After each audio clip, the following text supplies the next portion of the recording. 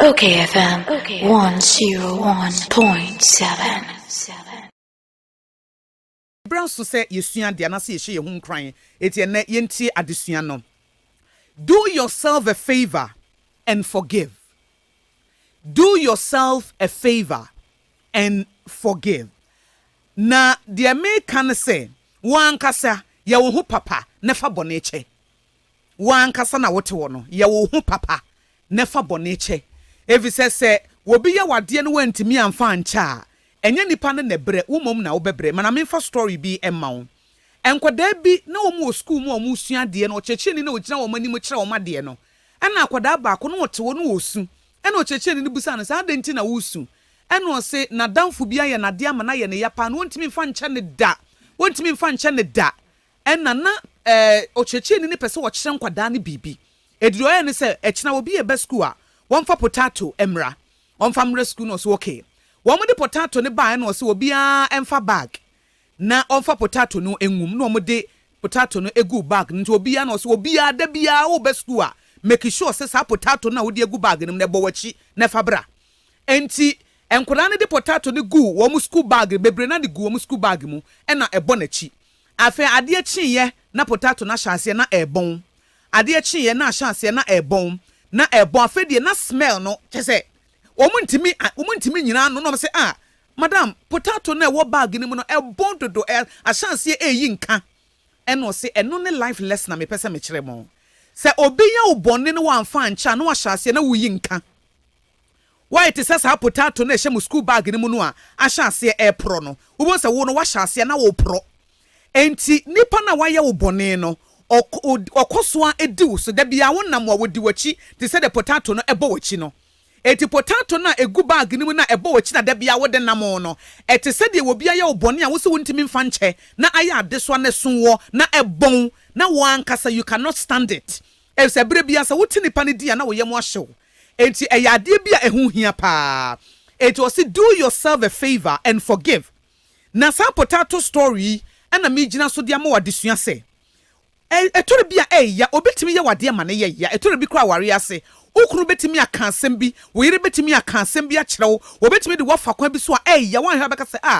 ade a me yire dia ye me mfa nche ne da ade a me kunu dia ye me mfa nche ne da ade a me maame me papa me nua ketua bi dia me nua panyini bi madamfo bi a me ne ko school do ye me ntimi mfa nche ne da nanso maame ebete se potato no a ebo wachi no edi 1 month edi 1 year na asase na pro na sent no wonko na wohua eti ama wo kora wo bon amo asase eyi nka enti se wamfa ancha wonya wo fa hodie da kopem se wo beyi sa potato na to atwene no kopem se sa de no beyi ato atwene no sa de ne bekoso adi wonya ama apro ama abrabo no said the life is meant to be lived no wo de wontimi enlive abrabo sa na obi bebu sa Akosua na meye de me pese me de cheba mintimi de edi kan God said we should forgive, so be obedient. Forgiveness no a choice. A jinaye sese wan kasa wusie. Won say ade bia no wo tumi bi wo so sese wo de ehye wadwene mu say me message na ye say. Message na ye say. Me de sa boni we beche. The moment I will be one no kasa mintimi fanche no. Na wo subconscious mind na efa na edi unya. Etikasa me asemesia de a wode ye mi onyankopon se me mfa nche etime de beche ma me bone ban na wonye nyankopon bone ban na wonye no wode wodi achew wonua bi ye wade kakra bi wantimi amfa nche won se Yesu Kristo wo manfa to ho wo Bible mu obi a wode obi ka kakra bi o sika na wode nipa ne kana na sopa ne master na wode ne kakese pa ena ne master se me de achew wono ko na danfo bi ne nua bi de ne kaketua bi na wache ne de na kwakotum eno omo friend master ne bo na mane se wakoda no a na wode o kan fan se wode o ka $1 million na wode ache no no obi ne de ne ka 1 cedi wakwakochi nipa ne de natum enna osikani no anase master ne se enko frɛ ne mra no wonfa ne ntum saa ne eni nyankopɔn de etie wo boni akakra ka wo ye wo wiase wo nyame de ya chewo adenti na wonnua bi dia wode a wo maame bi wo papa bi dia wo so wontimi nyemu sa wantimi anyemu dia eni onyame bɔ ne fafiri no wontimi enya ho mfaso nti fa hye wadwum se onyankopɔn se memfa nche enti me de che forgiveness enye feeling se me feeli se me de be che no eye choice eye intentional choice ɛsɛ we make that decision no ɛna deɛ to so biem ne sɛ one fan che nipa no adeɛ na ɔde yɛ wɔ na it was an event ɛyɛ dako adeɛ no bɛkɔ so adi so several years na sɛ the person will keep on hurting you adeɛ na nipa no de yɛ wɔ no saa day no na ɛya saa moment na ɛya bo ama ho kwa ma da bia nipa no yɛ wadeɛ ma no yɛ wɔ ya ɛbere bi a wodwene ho na wodi yawo enti ɛno nso yɛ adeɛ a ɛha wo paa ɛna deɛ to so biem one practical way a wobɛtumi de bɔne akyɛ ne sɛ nipa na wayɛ ɔbɔne no bɔmpa yɛ ma no nipa na wayɛ ɔbɔne no bɔmpa yɛ ma no fi sɛ saa na bible ne ka kyerɛ yɛ sɛ wɔn yɛ bɔne no yɛmfa papa ne ntua wɔn ka wɔn taa yɛ no yɛn hyira wɔn enti deɛ di kan nipa no a wayɛ ɔbɔne no bɔmpa yɛ ma no wontumi mmɔ mpa yɛ ma wɔ bi ɛnsan tan no at the same time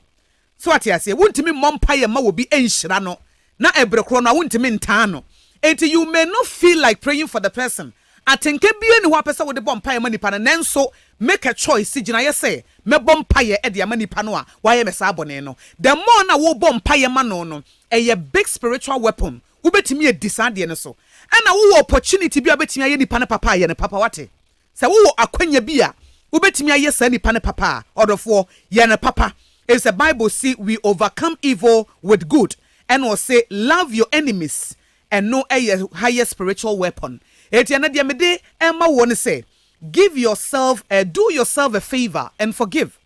Do yourself a favor and forgive. If there's a one fan church, said the one castle poison. Now we said the other person ebewu wo na bedi wunya wo na de yare bebre wo ede akoma yare ede niema basa bebre wo na hu nipa ne bia na ayem ahyew ebi kura nipa ne kura ne wurafi enti bomodin ase wo de beche do yourself a favor and forgive and no any asama edi hye hu nkran enne enumrei ewo Abrabopa edwumadie eso.